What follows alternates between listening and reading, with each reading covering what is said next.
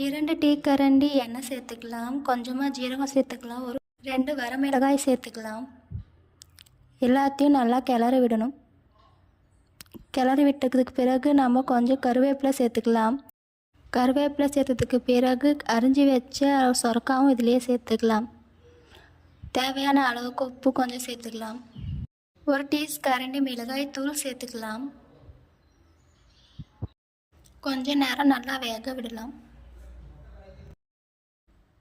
ஒரு 15 நிமிஷம் வேக விட்டதுக்கு பிறகு ரெடி ஆயிரும் ஃப்ரெண்ட்ஸ்.